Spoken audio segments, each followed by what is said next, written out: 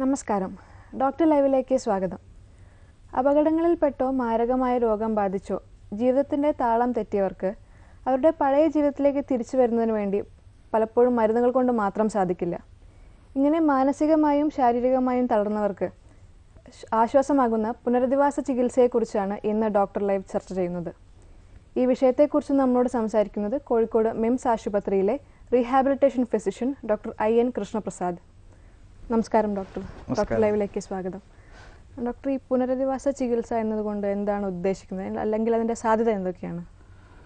മുൻപേ പറഞ്ഞതുപോലെ ശാരീരികവും മാനസികവുമായ അവശതകൾ മൂലം ദൈനംദിന ജീവിതങ്ങളിലെ കാര്യങ്ങൾ നിർവഹിക്കുന്നതിനോ അല്ലെങ്കിൽ ജോലി പോലെയുള്ള സാമൂഹിക ഇടപെടലുകൾ നടത്തുന്നതിനോ ബുദ്ധിമുട്ടുള്ള രോഗികളെ അവരുടെ പഴയ ജീവിതത്തിലേക്ക് മടക്കി കൊണ്ടുവരിക, അല്ലെങ്കിൽ അവർക്കൊരു പുതിയ ജീവിതം തുറന്നു കൊടുക്കുക എന്ന ഉദ്ദേശത്തോടെ പ്രവർത്തിക്കുന്ന ഒരു മോഡേൺ മെഡിസിൻ്റെ ഒരു ഉപവിഭാഗമാണ് റീഹാബിലിറ്റേഷൻ മെഡിസിൻ. ഇത്തരത്തിലുള്ള പ്രശ്നങ്ങൾ പൊതുവെ പലതരത്തിലുണ്ടാകാം. ആദ്യമായി ജനിച്ച ഉടനെ ജനിതക പ്രശ്നങ്ങൾ മൂലമോ അല്ലെങ്കിൽ ഏതെങ്കിലും രീതിയിലുള്ള ബർത്ത് ഇഞ്ചുറി, ജനിച്ച ഉടനെ വരുന്ന അപകടങ്ങളോ അങ്ങനെ എന്തെങ്കിലും കൊണ്ട് കുട്ടികളിൽ ഡെവലപ്മെൻ്റൽ പ്രശ്നങ്ങളുണ്ടാകാം.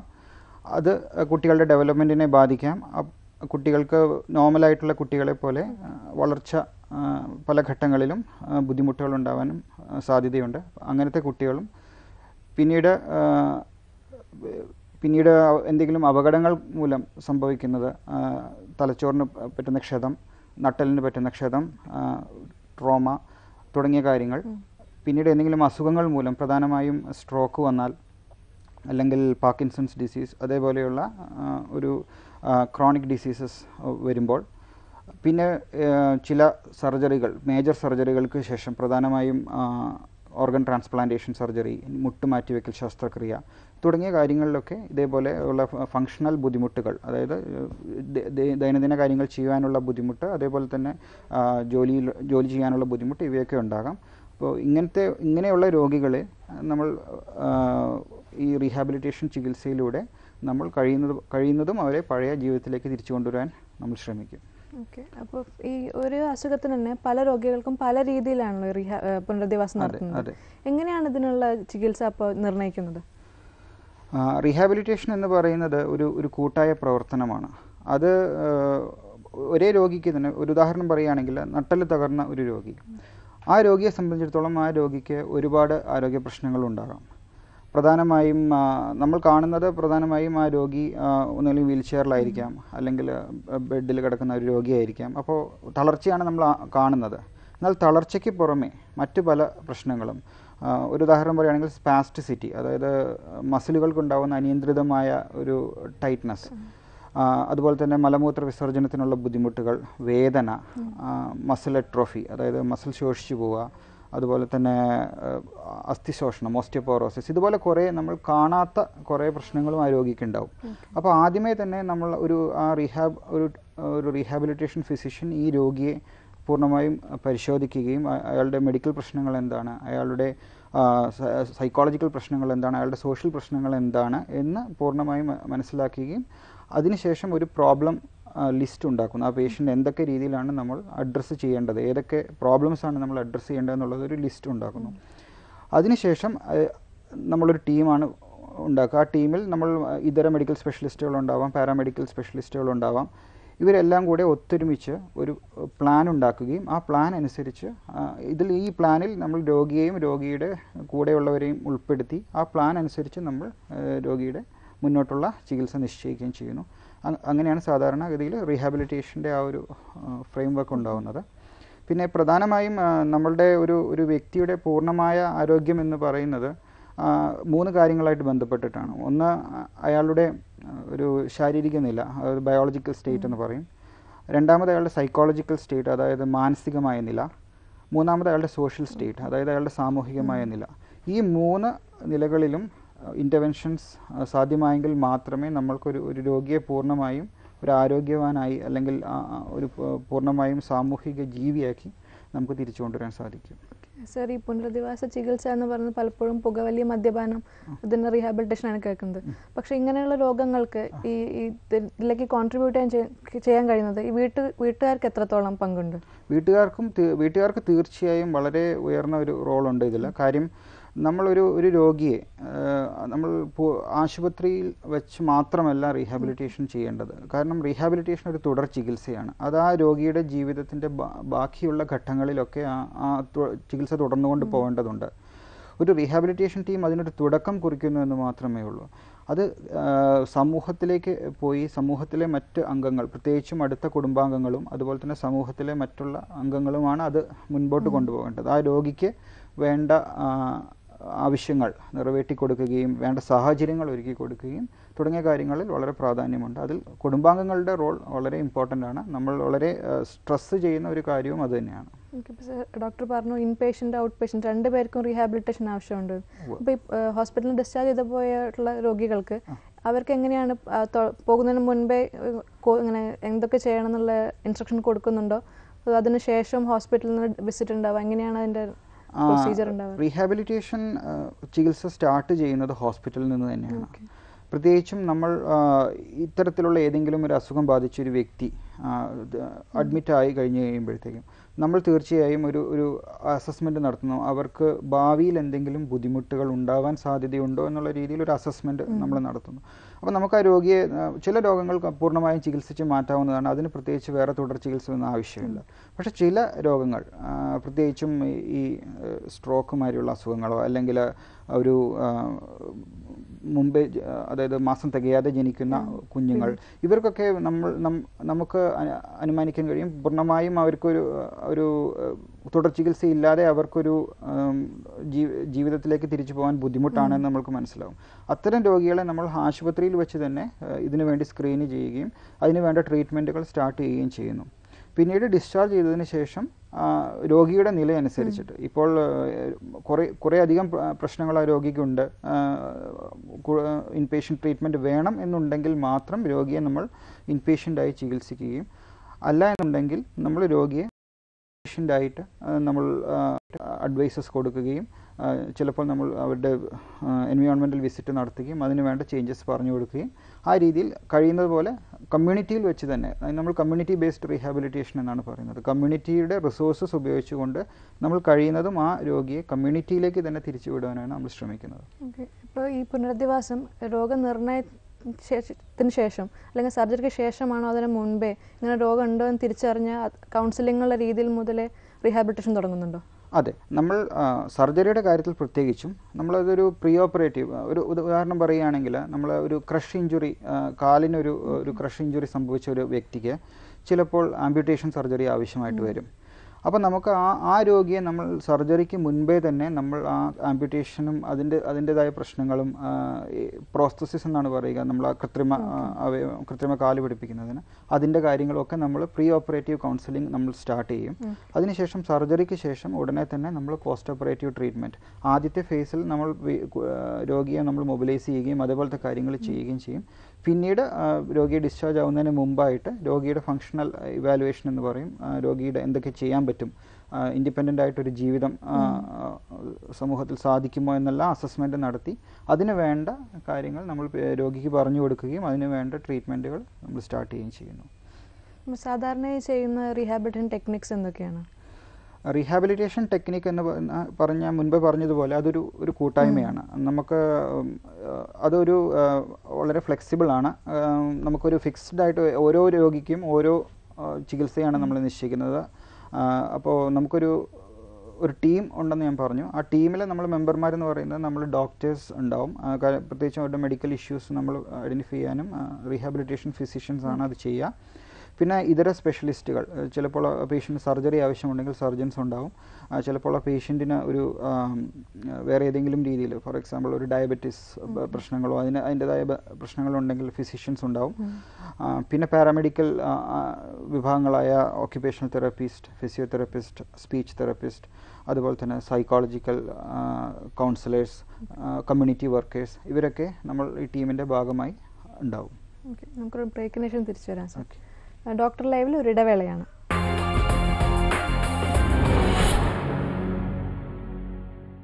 ഡോക്ടർ ലൈവ് തുടരുന്നു. ഡോക്ടർ നേരത്തെ സൂചിപ്പിച്ച പോലെ കുട്ടികൾക്ക് മുതലേ റീഹാബിലിറ്റേഷൻ ഉണ്ടെന്ന് പറഞ്ഞു. ഈ പീഡിയാട്രിക് റീഹാബിലിറ്റേഷൻ അപ്പോൾ എങ്ങനെയുള്ള രീതിയിലാണ് ചെയ്യുന്നത്? പീഡിയാട്രിക് റീഹാബിലിറ്റേഷൻ സാധാരണഗതിയിൽ ഏറ്റവും കൂടുതൽ ചെയ്യുന്ന സെർബ്രൽ പാൽസി എന്ന് പറയുന്ന ഒരു അവസ്ഥയ്ക്കാണ്. അതായത് നമ്മൾ കുട്ടി ജനിക്കുന്നതിന് മുമ്പോ അല്ലെങ്കിൽ ജനിക്കുന്ന സമയത്തോ അല്ലെങ്കിൽ ജനിച്ചതിന് ശേഷമോ കുട്ടിയുടെ തലച്ചോറ് അപ്പോഴും പൂർണ്ണ വികാസം എത്തിയിട്ടുണ്ടാവില്ല. അപ്പോൾ ആ തലച്ചോറിന് എന്തെങ്കിലും രീതിയിലുള്ള ക്ഷതം സംഭവിക്കുന്നു, ഓക്സിജൻ്റെ കുറവോ അല്ലെങ്കിൽ ഹെമറേജ് അതേപോലെയൊക്കെ വന്നു കഴിഞ്ഞ് കഴിഞ്ഞാൽ നമ്മൾ ഇതേപോലെ കുട്ടിയുടെ ആ ഭാഗത്ത് ബ്രെയിൻ സെൽസിന് നാശം സംഭവിക്കുകയും അല്ലെങ്കിൽ പൂർണ്ണമായ ഡെവലപ്മെൻറ്റിലേക്ക് എത്താതെ ഇരിക്കുകയും ചെയ്യുന്ന ഒരു അവസ്ഥയ്ക്കാണ് നമ്മൾ സാധാരണ സെർബ്രൽ പാൽസി എന്ന് പറയുന്നത്. ഈ സെർബ്രൽ പാൽസി നമ്മൾ ആദ്യമായി കണ്ടുപിടിക്കുന്നത് ഒരു കുട്ടി നമ്മളൊരു മൈൽ സ്റ്റോൺസ് എന്ന് പറയുന്ന ഡെവലപ്മെൻറ്റൽ മൈൽ സ്റ്റോൺസ് അച്ചീവ് ചെയ്യാനായിട്ടുള്ള ഒരു ബുദ്ധിമുട്ട് വരുമ്പോഴാണ് നമ്മൾ ആദ്യമായിട്ട് കണ്ടുപിടിക്കുന്നത്. അത് നമ്മൾ പ്രധാനമായിട്ടും ഒരു മോട്ടോർ ഡിലേ എന്നാണ് നമ്മൾ ആദ്യം അതിനെ പറയുക. അതായത് നമ്മൾ കുട്ടി സ്വന്തമായിട്ട് കഴുത്തുറയ്ക്കാനും അതേപോലെ തന്നെ ഇരിക്കാനുമുള്ള ബുദ്ധിമുട്ടുകൾ ഉണ്ടാകുന്ന ഒരു അവസ്ഥയാണത്. ആ സ്റ്റേജിൽ തന്നെ നമ്മൾ റീഹാബിലിറ്റേഷൻ സ്റ്റാർട്ട് ചെയ്യും. പ്രധാനമായിട്ടും നമ്മൾ ആ സ്റ്റേജിൽ കൊടുക്കുന്നത് സ്റ്റിമുലേഷൻ ചികിത്സയാണ്. നമ്മൾ കുട്ടിയെ സ്റ്റിമുലേറ്റ് ചെയ്ത് നമ്മൾ ഇമ്പ്രൂവ് ചെയ്യിക്കാൻ നോക്കും ഡെവലപ്മെൻറ്റ്. പിന്നെ അതുപോലെ തന്നെ ഫിസിയോതെറാപ്പി ട്രീറ്റ്മെൻറ്റും ആ സമയത്ത് സ്റ്റാർട്ട് ചെയ്യും, എക്സസൈസിലൂടെയും മറ്റും. അതുപോലെ തന്നെ ന്യൂറോ ഡെവലപ്മെൻറ്റൽ തെറാപ്പി എന്ന് പറയുന്ന സങ്കേതങ്ങൾ ഉപയോഗിച്ചൊക്കെ നമ്മൾ കുട്ടിയെ കൂടുതലായിട്ട് നമ്മൾ ആക്റ്റീവ് ആക്കാനും അതോടൊപ്പം തന്നെ നമ്മൾ ഡെവലപ്മെൻറ്റ് ആ ഒരു പാറ്റേൺ നമ്മൾ മാതാപിതാക്കളെ പഠിപ്പിച്ചു കൊടുത്ത ഒരു ഹോം ബേസ്ഡ് ആയിട്ടുള്ള ഒരു ട്രീറ്റ്മെൻറ്റും ആ സമയത്ത് സ്റ്റാർട്ട് ചെയ്യാൻ ശ്രമിക്കും. എല്ലാ 3 മാസം കൂടുമ്പോഴും നമ്മൾ ആ കുട്ടിയെ നമ്മളുടെ ഫോളോ അപ്പിൽ വയ്ക്കും. അതിനുശേഷം ഓരോ സ്റ്റേജിലും എന്താണ് വ്യത്യാസം എന്ന് മനസ്സിലാക്കി അതനുസരിച്ചുള്ള ട്രീറ്റ്മെൻറ്റാണ് കൊടുക്കുക. ആ രീതിയിൽ ഒരു ആദ്യത്തെ 2 കൊല്ലം ആ രീതിയിലുള്ള ട്രീറ്റ്മെൻറ്റാണ് കണ്ടിന്യൂ ചെയ്യാം. അതിനുശേഷം ചിലപ്പോൾ ആ കുട്ടിക്ക് 2 കൊല്ലത്തിന് ശേഷം ചില മാറ്റങ്ങൾ വന്നു തുടങ്ങാം. ചിലപ്പോൾ ഈ നേരത്തെ പറഞ്ഞതുപോലെയുള്ള മസിലിനുള്ള ടൈറ്റ്നസ് അല്ലെങ്കിൽ മസിൽ കൺട്രാക്ചേഴ്സ്, മസിൽ ഉറച്ചു പോകുന്നൊരവസ്ഥ, ഇങ്ങനത്തെ അവസ്ഥകളൊക്കെ കുട്ടിക്ക് വരാൻ സാധ്യതയുണ്ട്. അപ്പോൾ അതിനുള്ള ട്രീറ്റ്മെൻറ്റ് ആ സമയത്ത് സ്റ്റാർട്ട് ചെയ്യും. അതോടൊപ്പം തന്നെ കുട്ടികൾക്ക് വേണ്ട ഉപകരണങ്ങൾ, കുട്ടികൾക്ക് നിൽക്കാനും നടക്കാനും സഹായിക്കുന്ന രീതിയിലുള്ള കുട്ടികൾക്കുള്ള വാക്കറുകൾ, കുട്ടികൾക്കുള്ള ക്രച്ചസ്, ഇതേമാതിരിയുള്ള സാധനങ്ങളും ഒക്കെ ആ സമയത്താണ് നമ്മൾ സ്റ്റാർട്ട് ചെയ്യുക. സ്ട്രോക്ക് വന്ന് പാരലൈസ് ആയിട്ടുള്ള രോഗികൾക്ക് ഇവരുടെ റീഹാബിലിറ്റേഷൻ എങ്ങനെയാണ്? സ്ട്രോക്കും ഇതേപോലെ തന്നെ നമ്മൾ തലച്ചോറിലെ ഒരു ഭാഗത്ത് രക്തയോട്ടം കുറയുകയോ അല്ലെങ്കിൽ ഹെമറേജ് വരികയോ ഒക്കെ ചെയ്യുമ്പോഴാണ് നമ്മൾ സാധാരണഗതിയിൽ സ്ട്രോക്ക് ഉണ്ടാകുന്നത്. ഈ സ്ട്രോക്കുള്ള ഒരു രോഗിയെ സംബന്ധിച്ചിടത്തോളം അയാളുടെ ഒരു കൈയിൻ്റെയും സാധാരണഗതിയിൽ അങ്ങനെയാണ്, ഒരു കൈയിൻ്റെ ഒരു കാലിൻ്റെയും പ്രവർത്തനം പൂർണ്ണമായി നഷ്ടപ്പെടുകയാണ് ചെയ്യുന്നത്. അതിൻ്റെ കൂടെ തന്നെ മറ്റ് പല പ്രശ്നങ്ങളും ഉണ്ടാകും. പ്രധാനമായിട്ടും ഓർമ്മ സംബന്ധമായിട്ടും സംസാര സംബന്ധമായിട്ടുള്ള പ്രശ്നങ്ങൾ സ്ട്രോക്ക് രോഗികളിൽ ഉണ്ടാവാം. സ്വോളോയിങ് പ്രശ്നങ്ങൾ, അതായത് ഭക്ഷണം ഇറക്കാനുള്ള ബുദ്ധിമുട്ടുകൾ, അതുകൊണ്ട് തന്നെ അതിനെ തുടർന്ന് വരുന്ന ആസ്പിരേഷൻ, അതായത് ലങ്സിലേക്ക് ഭക്ഷണം ഇറങ്ങിപ്പോയിട്ട് വരുന്ന ന്യൂമോണിയ പോലത്തെ പ്രശ്നങ്ങൾ, അതുപോലെ തന്നെ ശ്വാസകോശത്തിലേക്ക് ഇറങ്ങിയിട്ട് ഉണ്ടാകുന്ന വേറെ ഇഷ്യൂസ്, മാൽന്യൂട്രീഷൻ, അതായത് പോഷകാഹാരക്കുറവ്, ഇത്തരം കാര്യങ്ങളൊക്കെ സാധാരണഗതിയിൽ സ്ട്രോക്ക് പേഷ്യൻസിനുണ്ടാവും. പിന്നെ ഈ പറഞ്ഞ പോലെ സ്പാസ്റ്റിസിറ്റി, മൂത്രമൊഴിക്കാനുള്ള അല്ലെങ്കിൽ മലമൂത്ര വിസർജനം നടത്താനുള്ള ബുദ്ധിമുട്ടുകൾ, ജോലിയിലേക്ക് തിരിച്ചു പോകാനുള്ള ബുദ്ധിമുട്ടുകൾ, ഇത്തരം പ്രശ്നങ്ങളൊക്കെ ഒരു സ്ട്രോക്ക് രോഗി അഭിമുഖീകരിക്കുന്നതാണ്. അപ്പോൾ നമ്മൾ ഓരോ പ്രശ്നങ്ങളും നമ്മൾ സെപ്പറേറ്റ് ആയിട്ട് തന്നെ ഐഡൻറ്റിഫൈ ചെയ്ത് അതിന് വേണ്ട ട്രീറ്റ്മെൻറ്റുകൾ, ഇപ്പോൾ സ്വോളോയിങ് തെറാപ്പി ഉണ്ട്, ഇപ്പോൾ നമുക്ക് സ്വോളോ ഇമ്പ്രൂവ് ചെയ്യാൻ വേണ്ടിയിട്ടുള്ള തെറാപ്പികളുണ്ട്, സ്പീച്ച് തെറാപ്പി ഉണ്ട്, അതേപോലെ തന്നെ സ്പാസിറ്റി കുറയ്ക്കാനുള്ള മരുന്നുകളും ഇഞ്ചെക്ഷൻസും അവൈലബിൾ ആണ്. പിന്നെ അവർക്ക് സുഗമമായിട്ട് നടക്കാൻ വേണ്ടിയിട്ട് ഉള്ള ഓർത്തോസിസ്, അതായത് കൃത്രിമ ഉപകരണങ്ങൾ അവൈലബിൾ ആണ്. അപ്പോൾ ഇത് നമ്മൾ മുൻപേ ഐഡൻറ്റിഫൈ ചെയ്ത് കൊടുത്തെങ്കിൽ മാത്രമേ അത് സാധിക്കുള്ളൂ. കാര്യം ഈ സ്ട്രോക്ക് രോഗിക്ക് ആദ്യത്തെ ഒരു 3 മാസം തൊട്ട് 6 മാസമാണ് ഏറ്റവും പ്രധാനം. അതായത് തലച്ചോറിൻ്റെ ആ ഒരു റിക്കവറി ഏറ്റവും മാക്സിമം വരുന്ന ഒരു 3 തൊട്ട് 6 മാസം വരെയാണ്. അപ്പോൾ ആ ഒരു സമയത്ത് നമ്മൾ ഇൻറ്റൻസീവായിട്ടുള്ള ഇതുപോലെയുള്ള റീഹാബിലിറ്റേഷൻ ട്രീറ്റ്മെൻറ്റ് കൊടുത്താൽ മാത്രമേ നമുക്ക് ആരോഗ്യ പൂർണ്ണ ആരോഗ്യാവസ്ഥയിലേക്കോ അല്ലെങ്കിൽ ഒരു രോഗാതുരത ഏറ്റവും കുറഞ്ഞ അവസ്ഥയിലേക്ക് നമുക്ക് എത്തിക്കാൻ പറ്റും. നമുക്കൊരു ബ്രേക്കും കൂട്ടിട്ട് ഡോക്ടർ ലൈവിൽ മറ്റൊരു ഇടവേളയാണ്.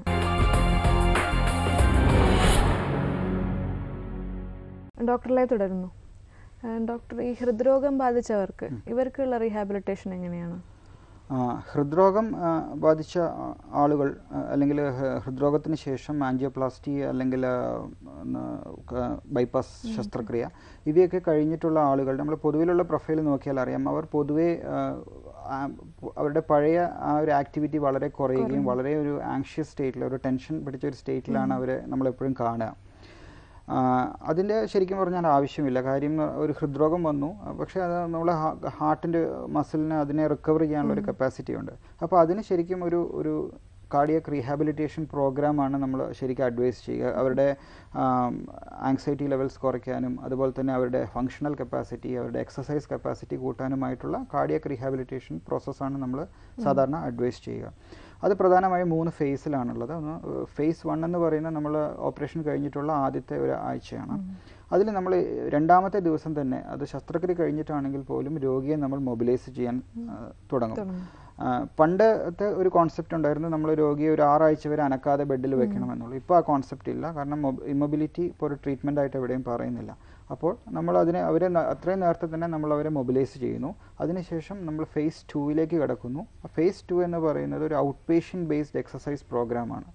രോഗി വീട്ടിൽ താമസിച്ചിട്ട് ട്രീറ്റ്മെൻറ്റിന് വേണ്ടി മാത്രം ഒരു റീഹാബിലിറ്റേഷൻ സെൻറ്ററിൽ വരികയും അവിടെ ഡോക്ടറുടെ സൂപ്പർവിഷനോട് കൂടിയിട്ട് അവരുടെ വ്യായാമങ്ങളും മറ്റും ചെയ്യുകയും അതിൻ്റെ ഒപ്പം തന്നെ കൗൺസിലിംഗ്, അത് ഡയറ്ററി കൗൺസിലിംഗ് ഉണ്ടാവും, സൈക്കോളജിക്കൽ കൗൺസിലിംഗ് ഉണ്ടാവും, അതുപോലെ തന്നെ ഫിസിക്കൽ ആക്ടിവിറ്റി കൗൺസിലിംഗ്, മരുന്നുകൾ എങ്ങനെ കഴിക്കണം, മരുന്നുകളുടെ എഫക്റ്റ് എന്താണെന്നുള്ള തെറാപ്യൂട്ടിക് എഡ്യൂക്കേഷൻ എന്ന് പറയും, ടീച്ചിങ്, ഇവയൊക്കെ രോഗിക്കുണ്ടാവും.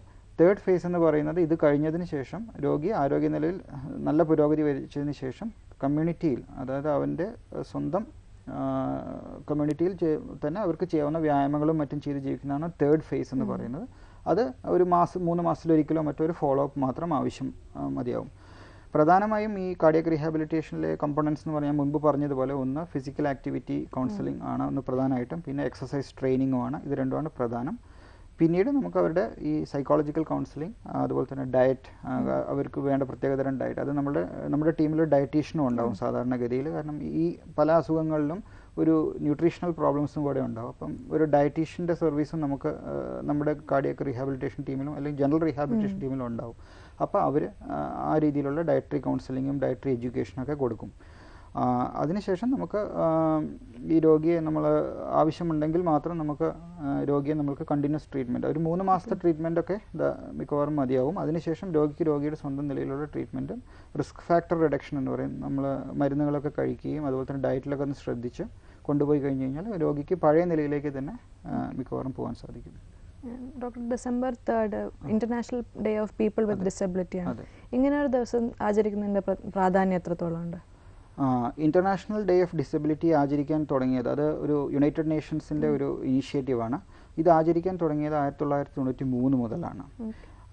കാര്യം ലോകത്തെ ഒരു ജനസംഖ്യ എടുത്തു കഴിഞ്ഞാൽ ഒരു 10% ജനങ്ങൾ ഇപ്പോഴും പലവിധ വൈകല്യങ്ങൾ അനുഭവിച്ചുകൊണ്ട് ജീവിക്കുന്ന ആളുകളാണ്. ഇവരുടെ വൈകല്യങ്ങൾ ഞാൻ മുമ്പ് പറഞ്ഞതുപോലെ 3 തരത്തിൽ, അതായത് അവരുടെ ബയോളജിക്കൽ സ്റ്റേറ്റ് കൊണ്ടുണ്ടാകുന്നുണ്ട്, അതുപോലെ തന്നെ സൈക്കോളജിക്കൽ സ്റ്റേറ്റ് കൊണ്ടുണ്ടാകുന്നുണ്ട്. മൂന്നാമതൊരു സ്റ്റേറ്റ് ഒരു എൻവയോൺമെൻറ്റൽ ഒരു സോഷ്യൽ സ്റ്റേറ്റ് ആണ്. ഈ എൻവയോൺമെൻറ്റൽ പ്രശ്നങ്ങളെന്ന് പറഞ്ഞു കഴിഞ്ഞാൽ നമ്മൾക്ക് ഒരു രോഗിക്ക് അവൻ എത്രത്തോളം ശാരീരികമോ മാനസികമായോ സുഖപ്പെട്ടാലും സമൂഹത്തിൻ്റെ ചില കാഴ്ചപ്പാടുകളോ അല്ലെങ്കിൽ സമൂഹം അവന് കൊടുക്കുന്ന ചില റെസ്ട്രിക്ഷൻസ് ഉണ്ട്. പ്രത്യേകിച്ചും എൻവയോൺമെൻറ്റൽ ബാരിയേഴ്സ് എന്ന് പറയും. നമ്മൾ ഒരു ലിഫ്റ്റോ അല്ലെങ്കിൽ റാമ്പോ ഇല്ലാത്ത ബിൽഡിങ്സ്, അതുപോലെ തന്നെ അവർക്ക് പോകാൻ പറ്റുന്ന ടോയ്ലറ്റ്സ് ഉണ്ടാവില്ല, അല്ലെങ്കിൽ അവരുടെ വീൽ ചെയർ പോകുന്ന രീതിയിലുള്ള പാസേജസ് ഉണ്ടാവില്ല. അപ്പോൾ ഇങ്ങനത്തെ പ്രശ്നങ്ങളൊക്കെ ആണ് എൻവയോൺമെൻറ്റൽ പ്രോബ്ലംസ് എന്ന് പറയുന്നത്. അപ്പോൾ എത്രത്തോളം നമ്മൾക്ക് ആരോഗ്യമുണ്ടെങ്കിലും ഇത്തരം പ്രശ്നങ്ങൾ ഉണ്ടാകുമ്പോൾ അവർക്ക് അത് ഉപയോഗപ്പെടുത്താനായിട്ടുള്ള ബുദ്ധിമുട്ടുകളുണ്ട്. അപ്പോൾ പല തീമുകളും ഓരോ കൊല്ലമായിട്ട് ഈ ഇൻ്റർനാഷണൽ ഡേ ഓഫ് പീപ്പിൾസ് വിത്ത് ഡിസബിലിറ്റിയിലുണ്ട്. ഇക്കൊല്ലത്തെ തീം എന്ന് പറയുന്നത് ഇൻക്ലൂഷൻ എന്നാണ് അവരുടെ പ്രധാന തീമായിട്ട് തിരഞ്ഞെടുക്കുന്നത്. ഇൻക്ലൂഷൻ എന്ന് പറഞ്ഞു കഴിഞ്ഞാൽ ഇത്തരം രോഗികളെ, ഇത്തരം ശാരീരിക വൈകല്യങ്ങൾ അല്ലെങ്കിൽ മാനസിക വൈകല്യങ്ങൾ അനുഭവിക്കുന്ന രോഗികളെ അവരുടെ ജീവിതത്തിലേക്ക് മടക്കി കൊണ്ടുവരാൻ വേണ്ട സാഹചര്യങ്ങൾ ഒരുക്കി കൊടുക്കുക, ബാരിയർ ഫ്രീ സിറ്റീസ് ഉണ്ടാക്കുക, ഇതൊക്കെയാണ് ഒരു തീം എന്ന് പറയുന്നത്. രണ്ടാമത്തെ ഒരു തീം എന്ന് പറയുന്നത് ഇൻവിസിബിൾ ഡിസബിലിറ്റീസ്. അത് നമ്മൾ പ്രത്യക്ഷമല്ലാത്ത വൈകല്യങ്ങൾ. ഇപ്പോൾ ചില അസുഖങ്ങൾ, പ്രത്യേകിച്ചും ഇപ്പോൾ ഞാൻ മുമ്പ് പറഞ്ഞ ഹൃദയാഘാതത്തിൻ്റെ അല്ലെങ്കിൽ നട്ടലിന് വരുന്ന ക്രോണിക് പെയിൻ, ഇത്തരം അവസ്ഥകളൊക്കെ പുറമേ കാണാത്ത തരത്തിലുള്ള വൈകല്യങ്ങളാണ് രോഗിക്കുണ്ടാവുക. അപ്പോൾ അതും ഈ റീഹാബിലിറ്റേഷൻ മെഡിസിൻ്റെ ഒരു പെർവ്യൂവിൽ വരുന്ന ഒരു കാര്യമായതുകൊണ്ട് അതിനും കൂടെ സ്ട്രെസ് കൊടുക്കുന്ന ഒരു മെസ്സേജാണ് ഈ കൊല്ലം international day of people with ഡിസബിലിറ്റിയിൽ ഉള്ളത്. ഡോക്ടർ, ഈ അവയവം മാറ്റിവെച്ചുള്ളവർക്ക്, പലപ്പോഴും ദാനം ചെയ്തവർക്കായാലും സ്വീകരിച്ചുള്ളവർക്കായാലും, അവർക്കും പുനരധിവാസം അത്യാവശ്യമാണ്. തീർച്ചയായും ദാനം ചെയ്തവരെക്കാട്ടും അത് റിസീവ് ചെയ്തവർക്കാണ് കൂടുതലായിട്ട് നമ്മൾ പുനരധിവാസ ചികിത്സ ആവശ്യമായി വരുന്നത്. അവയവമാറ്റം എന്ന് പറയുന്നത് നമ്മൾ വളരെ മുമ്പേ തന്നെ നമ്മൾ ഉണ്ടായിരുന്ന ഒരു ഇതാണ്. ഇപ്പോൾ നമ്മൾ കാർഡിയാക് ട്രാൻസ്പ്ലാന്റേഷനും അതുപോലെ തന്നെ കുറേ അധികം അവയവങ്ങൾ ഇപ്പോൾ നമുക്ക് ട്രാൻസ്പ്ലാന്റ് ചെയ്യാൻ സാധിക്കുന്നുണ്ട്. ഹാൻഡ് ട്രാൻസ്പ്ലാന്റ് ചെയ്യാൻ സാധിക്കുന്നുണ്ട്, മുട്ട് ട്രാൻസ്പ്ലാന്റ് ചെയ്യുന്നുണ്ട്. അപ്പോൾ ഇവർക്കെല്ലാം അതിൻ്റേതായ അവർക്ക് ആരോഗ്യ പ്രശ്നങ്ങളുണ്ട്. ഇത് ട്രാൻസ്പ്ലാന്റേഷൻ കഴിഞ്ഞ ഉടനെ തന്നെ അവർക്ക് പഴയ ഒരു ലെവലിലേക്ക് തിരിച്ചു പോകാനായിട്ട് ബുദ്ധിമുട്ടുണ്ട്. അപ്പോൾ അതുപോലെ തന്നെ അവർക്ക് അതിൻ്റേതായ കുറേ ആരോഗ്യ പ്രശ്നങ്ങൾ, അതിൻ്റെ മുമ്പ് കഴിച്ച മരുന്നുകളുടെ പ്രശ്നങ്ങൾ, അതിന് ശേഷമുള്ള പ്രശ്നങ്ങൾ, മാനസികമായിട്ടുള്ള പ്രശ്നങ്ങൾ, ഇതേപോലെയുള്ള പ്രശ്നങ്ങളുണ്ട്. അപ്പോൾ ഇതും നമ്മൾ പ്രോപ്പറായിട്ട് നമ്മൾ ഐഡൻറ്റിഫൈ ചെയ്യേണ്ടതാണ്. അപ്പോൾ ഇതിന് ഏറ്റവും ഇമ്പോർട്ടൻ്റ് എന്ന് പറയുന്നത് ഇത് നമുക്കൊരു റീഹാബിലിറ്റേഷൻ സെൻറ്ററിൽ ഒരു 2-3 ആഴ്ചയെങ്കിലും ഇതിന് വേണ്ട ഒരു ട്രീറ്റ്മെൻറ്റ് രോഗി എടുത്തതിന് ശേഷം മാത്രമേ ഇത് ട്രാൻസ്പ്ലാന്റേഷൻ കഴിഞ്ഞ രോഗികൾ വീട്ടിലേക്ക് തിരിച്ചു മടങ്ങാൻ പാടുള്ളൂ എന്നുള്ളതാണ്. കാരണം അപ്പോൾ ആ രോഗിക്ക് ആ സമയം കൊണ്ട് കിട്ടുന്ന ഒരു അവെയർനെസ്സും ആ സമയം കൊണ്ട് കിട്ടുന്ന എങ്ങനെ ജീവിതത്തിൽ മുന്നോട്ട് പോകാം എന്ന് കിട്ടുന്ന ഒരു ഓറിയൻറ്റേഷൻ വളരെ പ്രധാനമാണ്. ഡോക്ടർ, ഇന്നത്തെ സമയം ഇവിടെ പൂർണ്ണമായി. പുനരധിവാസ ചികിത്സയെക്കുറിച്ച് ഞങ്ങൾക്ക് വിശദീകരിച്ചു തന്നതിന് നന്ദി. Thank you.